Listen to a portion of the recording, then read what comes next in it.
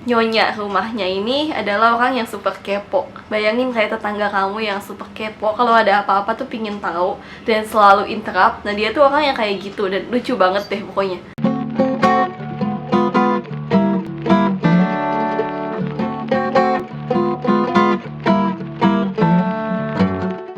Hey bookworms, welcome to the Cozy Library. Jadi hari ini aku mau bahas satu buku yang udah kalian tunggu-tunggu reviewnya, yaitu Ferris Wheel at Night karya Minato Kanae. Tapi sebelum itu jangan lupa ya buat subscribe di bawah sana dan klik lonceng notifikasinya biar kamu dapat notifikasi tiap aku update hari Jumat dan hari Minggu. Jangan lupa juga like video ini if you like it. And thank you for liking and subscribing. And let's go! Jadi kalau yang udah pernah dengar namanya Minato Kanae Sensei, ini adalah salah satu penulis thriller yang bukunya wajib banget kalian baca kalau kalian suka thriller. Dia ini disebut Ratu Iyamisu di Jepang, dan Iyamisu ini adalah genre thriller yang bikin pembacanya tuh kayak merasa nggak enak gitu, kayak entah karena kelakuan manusia yang buruk banget atau ada sesuatu hal yang bikin nggak enak. Pokoknya suasana dari buku ini tuh udah nggak enak gitu, bukan karena pembunuhannya tapi bisa juga karena hal-hal yang lain. Contohnya kayak di buku ini nih. Jadi Ferris Wheel at Night bercerita tentang 3 keluarga, yaitu keluarga Ando, keluarga Takahashi, dan keluarga Kojima. Mereka ini tinggal di sebuah lingkungan yang mewah bernama Bukit Hibari. Nah, suatu hari di Bukit Hibari terjadi pembunuhan, dan pembunuhan ini terjadinya di rumah yang sama sekali gak mereka duga, yaitu di rumahnya keluarga Takahashi, yang notabene anak-anaknya tuh kayak udah pintar, penurut, cantik, ganteng, pokoknya semua kebaikan manusia tuh kayak ada di situ gitu. Tapi tiba-tiba papa dari mereka itu, yaitu Pak Takahashi, di sini meninggal tiba-tiba karena dibunuh sama istrinya.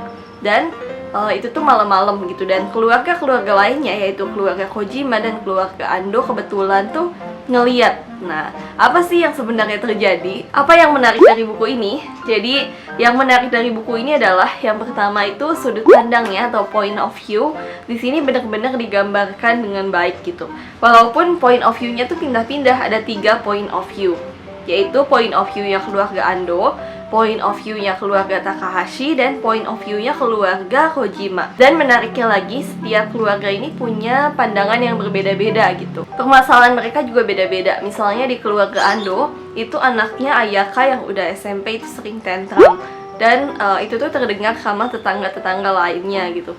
Dan kayak mereka tuh udah hopeless banget gimana ngadepin ini anak. Terus yang di keluarga Takahashi ini tuh kelihatan baik-baik aja, tapi sebenarnya mereka merasa dirinya itu kurang. Dan karena di keluarga Takahashi ini ada satu anak tiri, dan si anak tiri ini merasa dirinya tuh kayak didn't fit entirely in that family. Kayak oke, keluarga ini baik sama aku, tapi kayak aku tuh nggak belong in that family gitu loh.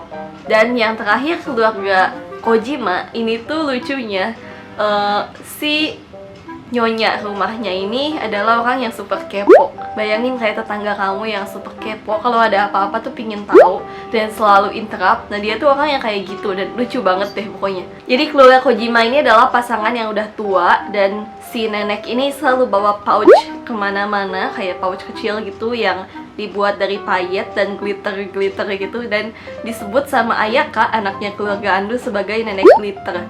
Jadi sebenarnya buku yang kelam ini tuh punya sisi lucu juga gitu loh, yaitu kita merasa kehidupan mereka ini tuh bener-bener real karena omongan tetangga dan kejulitan tetangga, ya ampun, itu tuh beneran real banget gitu di buku ini.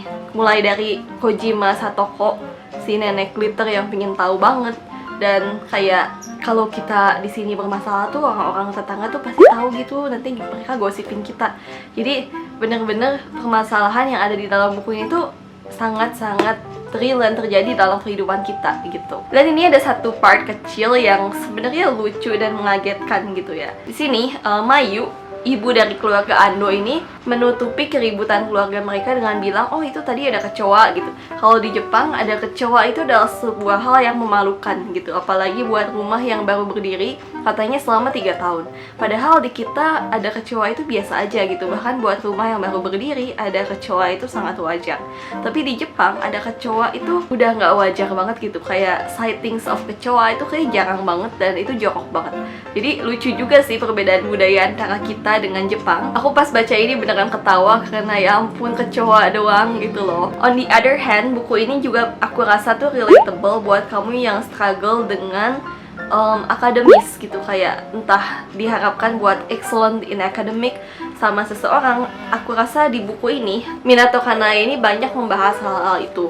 Buat kamu yang berjuang sama akademik, aku rasa Ferris Wheel at Night ini akan sangat-sangat relatable sama kamu. Aku rasa di bagian-bagian akhir itu banyak yang quotable banget. Sayangnya kemarin aku asik baca jadi nggak aku catat.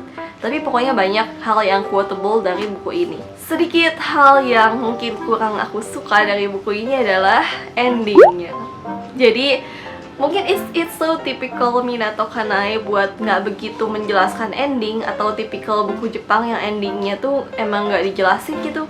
Aku rasa ending buku ini tuh kurang closure gitu. Tapi memang ending buku ini menyediakan ruang buat kita berimajinasi apa yang sebenarnya terjadi. Jadi nggak begitu dijelaskan sampai tuntas-tuntas 100% nggak. Tapi memang ada closure-nya. Dan di sini di ending tuh semua manusia seperti biasa abu-abu. Jadi ya kita nggak bisa menyalahkan si orang A, orang B atau C gitu, kayak ini tuh mungkin gara-gara dia nih akhirnya jadi begini. Nggak ada yang kayak gitu. Jadi semuanya tuh di dalam buku ini sama-sama punya pemikiran-pemikiran yang gila, sama-sama punya kesalahan, dan itu yang buat buku ini tuh jadi menarik gitu. Kayak this book depicts human in its real human's nature. Jadi beneran dia tuh nggak ngebagus-bagusin nilai-nilainya human kayak yang biasa kita lihat di buku-buku ya. Entah si manusia jadi terlalu baik atau jadi jahat banget, enggak. Tapi di buku ini berhasil mendeskripsikan dan menggambarkan manusia sebagai manusia gitu, yang punya sisi-sisi gelap, yang punya sisi-sisi yang di dalam diri mereka tuh sebenarnya walaupun mereka lakuin hal yang salah, tapi itu tuh ada alasan dibaliknya, walaupun ya itu juga salah sih gitu.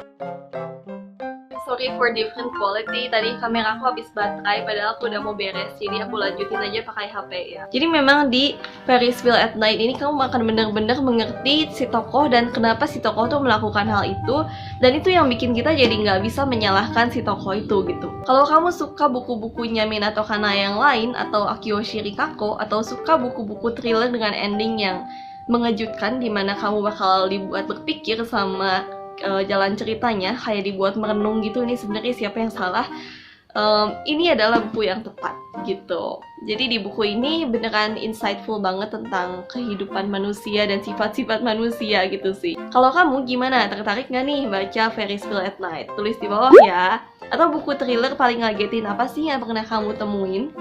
Nah ini tuh sebenarnya ini buku art, buku sebelum terbit, jadi bukan ini ya covernya itu yang bener ya, ada di sini. Jadi ini yang bakal kalian dapetin kalau beli bukunya. Link pembeliannya ada di bawah ya, jadi check that out. Klik link di bawah sana, jadi kalian bisa langsung ke direct ke tempat pembelian bukunya. Oke, thank you bookworms for watching, happy reading, and bye-bye!